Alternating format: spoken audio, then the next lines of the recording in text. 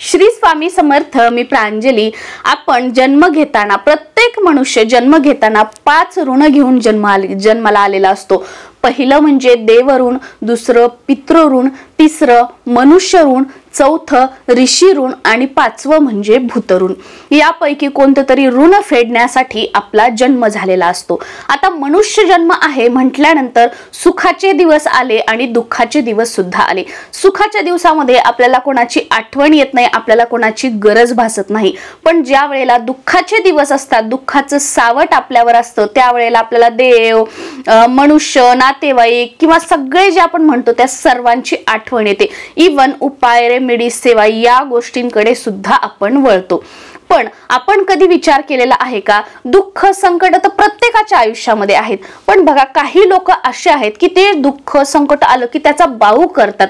ते त्या दुःखांना, संकटाला फेस करू शकत नाहीत. ते संकट आहे पण त्याही पेक्षा जास्त ती व्यक्ती रिॲक्ट करते. आणि या उलट असे काही व्यक्ती असतात की त्यांच्या पण आयुष्यामध्ये सेम संकट, दुःख गोष्टी येतात, पण ती व्यक्ती कधीच त्या गोष्टीचा बाऊ करत नाही. संयम ठेवते, शांत राहते आणि डोक्याने, विचाराने, संयमाने त्या संकटाचा सामना करून पुढे जाते. आणि तीच व्यक्ती आयुष्यामध्ये आपल्याला यशस्वी झालेली बघायला मिळते. तर असा स्ट्रॉंगनेस, असं जे आपण म्हणतो की ती शक्ती, की कोणत्याही संकटांचा मी सामना करू शकते, आयुष्यामध्ये कोणतीही परिस्थिती येऊ द्या त्याचा मी सामना करू शकते, त्यासाठी एक प्रकारची आपण म्हणतो ना की प्रबलता किंवा जे संकट येतात त्याची तीव्रता कमी करण्यासाठी नित्य नियमाने रोज जी महिला आपल्या घरामध्ये, आता ज्या 5 गोष्टी सांगणार आहे ज्या की गुरु माऊली नेहमी सांगतात की ह्या केल्याच पाहिजे, केंद्रात सांगितली जाणारी ही सेवा आहे, ही जर आपण 12 महिने जर नित्य नियमाने चालू ठेवली, आयुष्यामध्ये कितीही प्रखर पितृदोष असू द्या त्याचा त्रास आपल्याला होणार नाही. कितीही संकट अडचणी येऊ द्या त्याला न घाबरता आपण ते पार करून पुढे जाऊ. कशीही सिच्युएशन येऊ द्या आपण हसत खेळत ती बॅलन्स करू आणि जे संकट, दुःख आपल्यावर येतील त्याची जी तीव्रता आहे ती कमी होईल. बघा, दुःख संकट तर हे येणारच आहे. तुम्ही कितीही सेवा करा, कितीही उपाय करा, पण जेव्हा आपण उपाय, सेवा करतो तेव्हा फरक काय पडतो, जिथे तलवारीने आपला हात कापणार आहे तिथे फक्त आपल्याला सुई टोचते. हा फरक असतो जेव्हा आपण एखाद्या गोष्टीसाठी उपाय किंवा सेवा करतो तेव्हा. त्यामुळे या गोष्टी ज्या आहेत महिलांनी आपल्या घरामध्ये करायलाच हव्यात. जर आपण ही गोष्ट नित्य नियमाने केली तर संपूर्ण कुटुंबाला या गोष्टीचा लाभ होईल. आणि स्वतःचं घर असेल, त्याच्यामुळे होण्यासाठी प्रॉब्लेम येत असतील त्या गोष्टी होतील, विवाहामध्ये प्रॉब्लेम येत असतील, मंगल कार्य घरामध्ये घडत नसेल, किंवा मुलांना जॉबमध्ये स्थिरता मिळत नसेल, मिस्टरांना मिळत नसेल, तुम्हाला मिळत नसेल, घरामध्ये व्यसन असेल, ज्या काही गोष्टी, घरामध्ये बरकत नाहीये, आर्थिक नुकसान होतंय, घरामध्ये भांडण तंटे आहेत, तुम्ही हे चालू करा. या सगळ्या गोष्टींमध्ये फरक पडताना तुम्ही स्वतःच्या डोळ्यांनी बघाल की सुरू केल्यानंतर काही दिवसामध्येच घरातलं वातावरण बदललेलं आहे. घरातील नकारात्मकता दूर होऊन घरामध्ये सकारात्मकतेचा प्रभाव तुम्हाला जाणवू लागेल. आणि काही वेगळं नाहीये, रोजच्या कामामध्येच या गोष्टी आहेत ज्या गुरु माऊलींनी सांगितलेल्या आहेत. ते सगळ्यात पहिली म्हणजे बघा की देवऋण फेडण्यासाठी आपल्याला काय करायचं आहे, रोज एक पेपर घ्यायचा, पांढरा कागद असतो आपल्या घरामध्ये किंवा न्यूजपेपरचा पेपर असतो, त्याचा छोटासा तुकडा घ्यायचा, त्याला गाईचं तूप लावायचं, थोडंसं गाईचं तूप असं चोपडायचं आणि गॅसवर तो आपल्याला जाळायचा आहे, प्रज्वलित करायचा आहे, किंवा देवघरासमोर तुम्ही तो प्रज्वलित करून देऊ शकता एखाद्या प्लेटमध्ये वगैरे. हे झालं देवऋण. म्हणजे रोज आपल्याला पंचमहायज्ञ करायचा आहे. पंचमहायज्ञामधील पहिला आपला हा यज्ञ झाला की आपल्याला पेपरला तूप लावून हे करायचं आहे. पूर्वी बघा जेव्हा आपण गावाकडे चूल वगैरे लावतो तेव्हा चुलीमध्ये आपण थोडंसं तेल किंवा थोडंसं तूप टाकतो, पण आता चूल वगैरे नाही, म्हणून आपण पहिला यज्ञ जो आहे तो असा करायचा.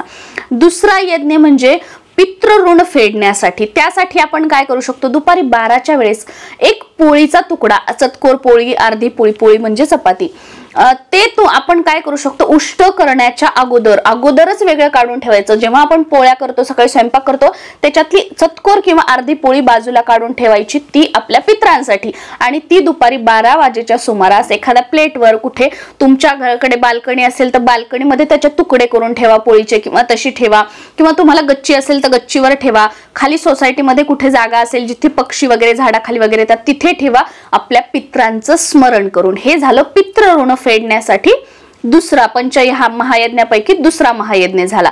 पहिला आपण कागदाला तूप हे करून ते जाळलं, दुसरं आपण कावळ्याला पोळी ठेवली.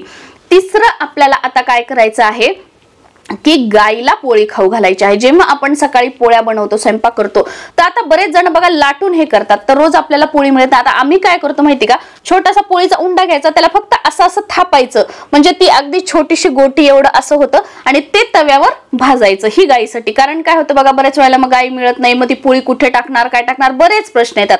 मग तुम्ही असं करू शकता, गाईसाठी आपल्याला पोळी बनवायची आहे आणि ती गाईला खाऊ घालायची आहे. गाई नसेल तर कुठल्याही दुसऱ्या आपण म्हणजे प्राण्यांसाठी, पक्ष्यांसाठी ठेवली तरी चालेल. गाई नाही भेटली तर काय करणार. तर हे आपण तिसरं पंचमहायज्ञ करू शकतो. चौथं पंचमहायज्ञ म्हणजे काय, आपलं भूतऋण फेडण्यासाठी. ते म्हणजे घरामध्ये कोणत्याही एका कोपऱ्यामध्ये आपल्याला, जसं की आता झाडाची कुंडी वगैरे असेल, दुसरीकडे तर मुंग्या फ्लॅटमध्ये वगैरे येत नाहीत, तर जिथे समजा झाडं वगैरे आपण लावतो तिथे साईडला थोडीशी साखर आपण टाकायची आहे, किंवा गव्हाचं पीठ किंवा रवा थोडासा भाजायचा, त्याच्यामध्ये साखर मिक्स करायची आणि रोज हे मुंग्यांसाठी टाकायचं भूतऋण फेडण्यासाठी. हे झालं चौथं पंचमहायज्ञ. आणि पाचवं पंचमहायज्ञ म्हणजे आपल्या घरी रोज घरामध्ये जे कोणी येईल, म्हणजे आपले शेजारी असू द्यात, कोणीही असू द्यात, त्यांना काहीतरी आपण दूध, चहा, पाणी काहीतरी त्यांना खाण्यासाठी किंवा पिण्यासाठी द्यायचं आणि त्यांना पाठवायचं. रोज जे घरामध्ये एका तरी व्यक्तीला आपण हे करायचं. हे झाले पंचमहायज्ञ.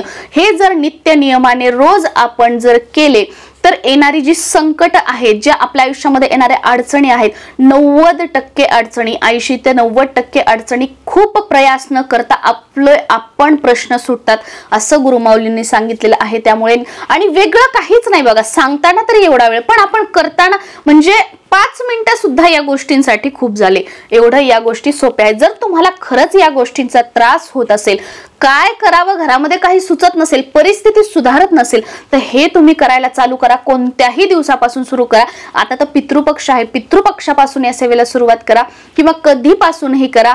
स्वामींचं नाव घ्या, तुम्ही ज्याही देवांना गुरुंना मानता त्यांचं नाव घ्या आणि ही सेवा सुरू करा. आणि मग बघा काही दिवसातच तुम्हाला आपल्या घरामध्ये कसे चेंजेस दिसू लागतात.